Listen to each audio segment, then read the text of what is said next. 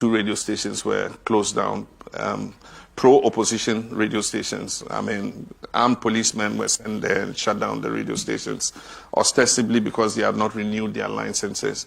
And it happened at a time when the opposition was doing a major press conference, and these stations were carrying the press conference live.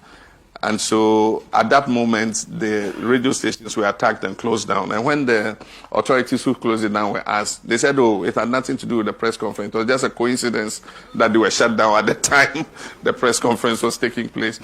But I believe that the role of a regulator is to build, not to destroy. And so if they haven't renewed their licenses, it's your duty to remind them you haven't renewed your licenses. And eventually you must even give them notice and give them a deadline. Say, if you don't renew it by this date, we'll shut you down. If you've done all that and the correspondence is available and you show it to anybody, people will understand.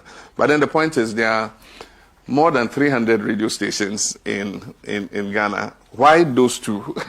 And those are the leading opposition stations. And so you definitely, I mean, you don't need to be a clairvoyant to know that, I mean, definitely there were political reasons behind the closure of those stations. And so it's unfortunate. The president has prided himself in being a human rights campaigner, and I don't think that things like this should be happening under his watch.